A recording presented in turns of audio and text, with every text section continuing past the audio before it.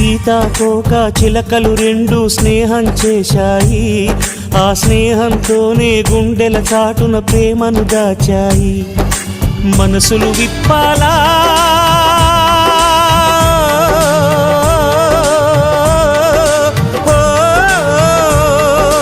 మాటలు చెప్పాలా, మనసులు విప్పాలా మాటలు చెప్పాలా అంటూ ఆశలు పడుతూనే ఊసులు ఆడే తరుణంలో, అంటూ ఆశలు పడుతూనే ఊసులు ఆడే తరుణంలో ఆ దైవం ఆడుకున్న ఆటలన్నీ సాగుతున్న వేళ